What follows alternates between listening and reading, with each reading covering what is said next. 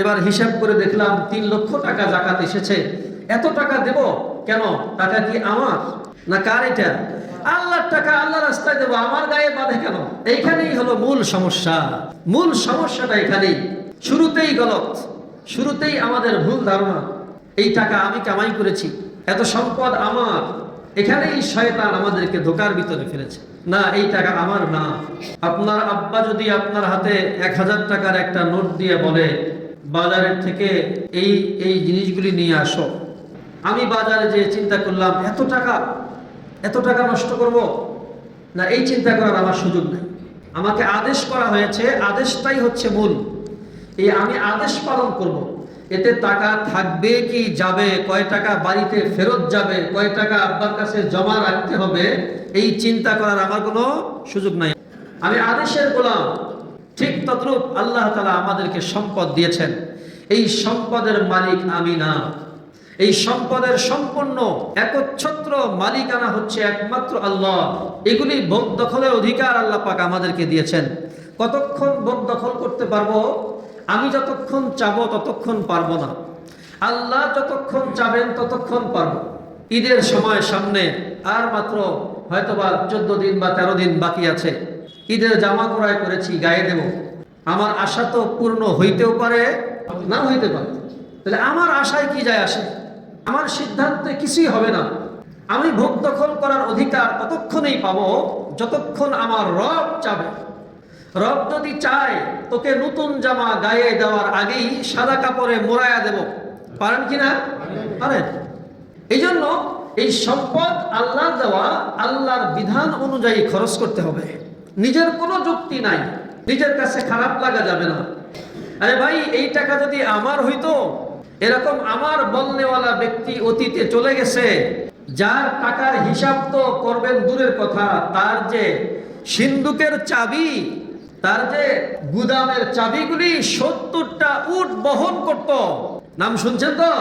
কি নাম? কারুন। কারুন। আল্লাহ কোরআনে পরিষ্কার বলেন, আমি কারুনকে ধ্বংস করেছি, তার মাল সহ ধ্বংস করে দিয়েছি। শুধু আমার আমার বলতো, আমার এটা আমার, এটা আমার, এটা আমার। ওই গুদামে যা কিছু আছে ওইটা আমার, ওই গুদামে যা কিছু আছে এইটা আমার। ভুয়া, সব ভুয়া ভুয়া ভুয়া। আমার বলতে কিছুই নাই। এই সবগুলি কার দেওয়া? এইখানে আগে আমাকে ঠিক হইতে হবে। সবকিছু আল্লাহ দিয়েছেন। অতএব আমার আমার বলে কারুনের মতো হওয়া যাবে না। আল্লাহই সব দিয়েছেন এই কথা স্বীকার করে আবু বকর সিদ্দিকের মতো ঈমান আনতে হবে। আমার আমার বলে কারুনের দলে যাওয়া যাবে না।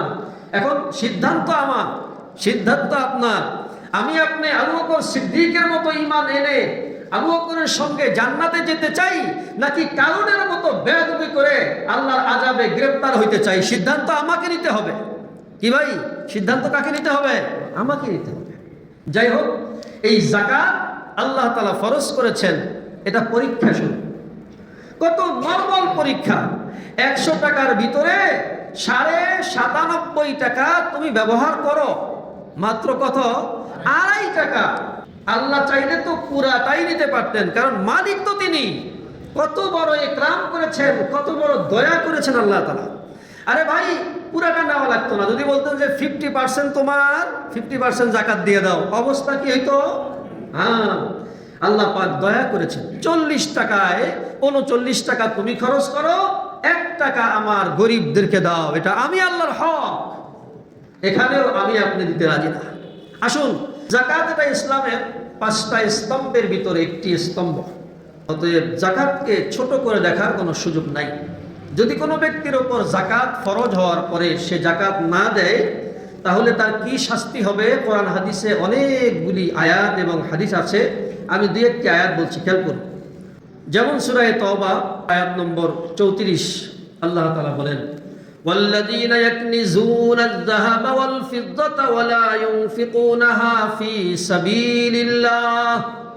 আল্লাহ বলেন, যারা স্বর্ণ রূপাকে সংরক্ষণ করেছে, জমা করেছে, জমা করা দোষ না, কিন্তু এগুলোকে সংরক্ষণ করার পর, জমা করার পর এর যাকাত আদায় করেনি, আল্লাহ বলেন ফাবাশশিরহুম বিআযাবিন আলীম। হে রাসূল সাল্লাল্লাহু আলাইহি ওয়াসাল্লাম, তাদেরকে আপনি সুসংবাদ দিন। বিআযাবিন আলীম, কঠিন শাস্তির সুসংবাদ। শাস্তি কি সুসংবাদ না দুঃসংবাদ? আল্লাহ কি ভুল বলছেন নাকি এখানে? শাস্তির ক্ষেত্রে আবার সুসংবাদ বললেন কেন?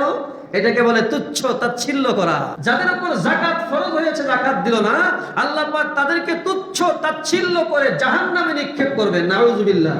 চোরে চুরি করছে, মার খেয়ে কান্দে, পাশের থেকে বলে কেমন লাগে, মজা লাগে? এটা কি তারা আদর করে কইল না তাচ্ছিল্য করে বললো? তাচ্ছিল্য করে, তুচ্ছ করে বললো। অনুরূপ ভাবে এর পরের আয়াতে আল্লাহ তাআলা বলেন, ইয়াউমা ইউহমা আলাইহা ফি নারি জাহান্নাম ফাতুকওয়া বিহা জিবাহুম ওয়া জুনুবুহুম ওয়া যুহুরুহুম হাযা মা কানাজতুম লিআনফুসিকুম ফাযুকু মা কুনতুম তাকনিজুন। সারমর্ম হলো আল্লাহ তাআলা বলেন, যারা যাকাত দিল না কিন্তু সম্পদকে জমা করলো, যাকাতকে আদায় না করার কারণে এই জমাকৃত সম্পদগুলিকে জাহান্নামের উত্তপ্ত আগুনে তাপ দেওয়া হবে, গরম করা হবে। নাউজুবিল্লাহ। এবার এগুলি কি করা হবে? ফাতুকওয়া বিহা জিবাহুম ওয়া জুনুবুহুম ওয়া যুহুরুহুম। আল্লাহ বলেন এই মালগুলিকে জাহান্নামের উত্তপ্ত আগুনে গরম করে তার গালে, তার পার্শ্বদেশে, তার পিঠে, অর্থাৎ পুরা শরীরে এই মাল দিয়েই তাকে শাস্তি দেওয়া হবে। নাউজুবিল্লাহ। আর তাচ্ছিল্য করে বলা হবে, হাযা মা কানাজতুম লিআনফুসিকুম। এটা ওই সম্পদ যেই সম্পদকে তোমরা নিজেদের জন্য জমা করেছিলে কিন্তু যাকাত দাওনি, মনে করেছিলে এটা তোমার। আরে আমার মালের যাকাত আমি দেব না দেবো সেটা আমার ব্যাপারে, যে আমার বলছিল না, এই তাচ্ছিল্য করবে আল্লাহ পাক। হাযা হাযা, এটাই সেই ওই মাল, মা কানাজতুম, যা তুমি জমা করেছিলে। কার জন্য? লিআনফুসিকুম, নিজের জন্য জমা করেছিলে, নিজের বলেছিলে, নিজের। এখন কি হলো? ওই চোরকে পিটনা দিয়ে যেমন বলে কেমন মজা লাগে, আল্লাহ সেই কথা বলেন, ফাযুকু, কেমন মজা লাগে দেখছেন? ফাযুকু, মজা গ্রহণ করো, মা কুনতুম তাকনিজুন, যাকাত না দিয়ে শুধু জমা করছো সেই মজা এখন গ্রহণ করো। নাউজুবিল্লাহ। এটা আয়াত বললাম, দুইটা আয়াত। আসুন, মনে মনে প্রশ্ন আসে, হুজুর আমার উপর যাকাত ফরজ কিনা? জি, যাকাত ফরজ হওয়ার জন্য মোট 5টি মৌলিক শর্ত আছে। খেয়াল করুন। 1 নম্বর হচ্ছে মুসলমান হওয়া, 2 নম্বর স্বাধীন হওয়া। আমরা এখানে যারা আছি মহল্লায় আমরা সবাই মুসলমান এবং আমরা স্বাধীন। এখন আর গোলাম বান্দির সেই প্রচলন নেই, আমরা সকলেই স্বাধীন। 3 নম্বর হচ্ছে সাহেবে নিসাব হওয়া, যেই পরিমাণ সম্পদ থাকলে আমার উপরে যাকাত ফরজ, ওই পরিমাণ সম্পদের মালিক হওয়া। 4 নম্বর হচ্ছে ঋণ থেকে মুক্ত থাকা। 5 নম্বর হচ্ছে 1 বছর অতিবাহিত হওয়া। তাহলে 3 নম্বর যে বিষয়টি, এটা একটু বলি, যাকাতের নিসাব কত। খুব সহজ করে যদি বলি, শুধু স্বর্ণের উপরে যাকাত আসতে গেলে 7.5 ভরি বা 7.5 তোলা স্বর্ণ হইতে হবে। আর যদি শুধু রূপার উপরে যাকাত ফরজ হইতে হয় তাহলে কমপক্ষে 52.5 তোলা বা 52.5 ভরি রূপা থাকতে হবে। এই হচ্ছে হিসাব। এখন আপনার কাছে কিছু স্বর্ণ আছে আর কিছু রূপা আছে, একটাও আপন আপন জায়গাতে নিসাব পূরণ হয় না। অর্থাৎ স্বর্ণ আছে 5 ভরি, রূপা আছে 30 ভরি, তো আলাদা আলাদা করে হিসাব করলে কারো উপরে যাকাত ফরজ হয় না। এখানে মাসআলা হচ্ছে উভয়টাকে একত্রে যুক্ত করতে হবে। যুক্ত করার পর যদি 52.5 ভরি বা 52.5 তোলা রূপার সমপরিমাণ মূল্য দাঁড়ায়, তখন আপনার উপরে যাকাত ফরজ। বলে স্বর্ণ কিছু আছে, রূপা কিছু আছে, এরপরেও দুইটাকে একত্রিত করলেও 52.5 ভরি রূপার সমপরিমাণ মূল্য হবে না। হ্যাঁ, সেক্ষেত্রে যদি নগদ কিছু টাকা থাকে অথবা ব্যবসায়ী কোনো পণ্য থাকে, এই নগদ টাকা অথবা ব্যবসায়ী পণ্য, এই দুইটা স্বর্ণ রূপা, এই 4টাকে এবার একত্রিত করার পর যদি 52.5 ভরি রূপার সমপরিমাণ মূল্য হয় তো আপনার উপরে যাকাত ফরজ। এখন প্রশ্ন, 52.5 ভরি রূপার মূল্য কত?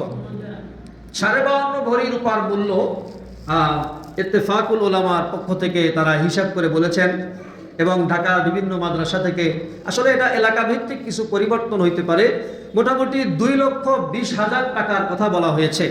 2,20,000 টাকা যদি কোনো ব্যক্তির কাছে নগদ টাকা থাকে, ক্যাশ টাকা থাকে, অথবা স্বর্ণ রূপা মিলায়া তার মূল্য 2,20,000 টাকা হয়, অথবা টাকা নাই, স্বর্ণ নাই, রূপা নাই, কিন্তু দোকানের সম্পদ, দোকানের ব্যবসায়িক মালামাল যেগুলি আছে এগুলার মূল্য হিসাব করলে যদি 2,20,000 টাকা হয় তাহলে আপনার উপরে যাকাত ফরজ। আমি আবারও ক্লিয়ার করছি, আপনার ব্যবসায়ী পণ্য অথবা নগদ টাকা অথবা স্বর্ণ অথবা রূপা, এই 4 প্রকার মালের উপরে কি আসে? যাকাত আসে, একটা শর্তে, সেটা হলো 1 বছর অতিবাহিত হইতে হবে। যেমন উদাহরণস্বরূপ আমরা স্বাভাবিক নিয়মে রমজান মাসেই যাকাত দিয়ে থাকি। গত রমজান থেকে এই রমজান পর্যন্ত আপনার কাছে এই পরিমাণ সম্পদ ছিল বা এখন আছে, মাঝখানে কম বেশি হইতে পারে।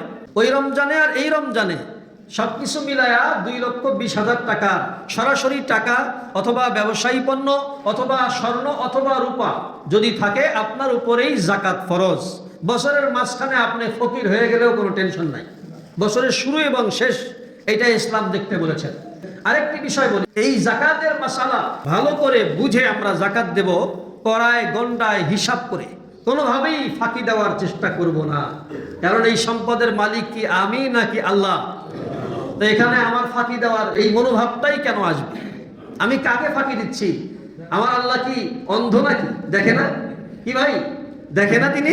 আল্লাহু আকবার। আমি কোথায় কি লুকাচ্ছি? আর কেউ না দেখলেও কে দেখেন? অতএব হিসাব করে দিতে হবে। কোনো রকমের কারচুপি করা যাবে না, কোনো রকমের হিলা বাহানা করা যাবে না। কড়াই গন্ডায় যতদূর সম্ভব নিখুঁতভাবে যাকাত পরিশোধ করার চেষ্টা করতে হবে। আরেকটি কথা, সেটা হলো যাদের উপর যাকাত ফরজ হয়েছে তাদের দায়িত্ব হচ্ছে যারা যাকাত খাওয়ার উপযুক্ত তাদেরকে যাকাত পৌঁছে দেওয়া, তাদের বাড়িতে বাড়িতে যেয়ে তাদেরকে যাকাত পৌঁছে দেওয়া।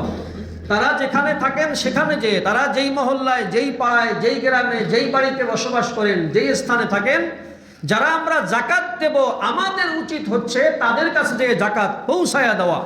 যদিও আমাদের সমাজ এখন উল্টা হয়েছে, না এই উল্টা থাকা যাবে না। আমাদের সমাজ উল্টা হয়েছে, বুঝেছেন তো বিষয়টা? যারা যাকাত দেবে তাদের বাড়িতে যেতে হয়। কেন?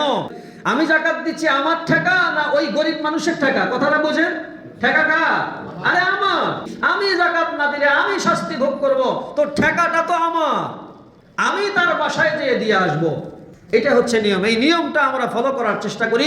মুহতারাম হাজিরিন, এই যাকাত সম্পর্কে সামান্য একটু বললাম, আরো অনেক বিষয় আছে, সময় যেহেতু একেবারেই কম, এটা ব্যক্তিগতভাবে আপনারা জিজ্ঞাসা করে নেবেন।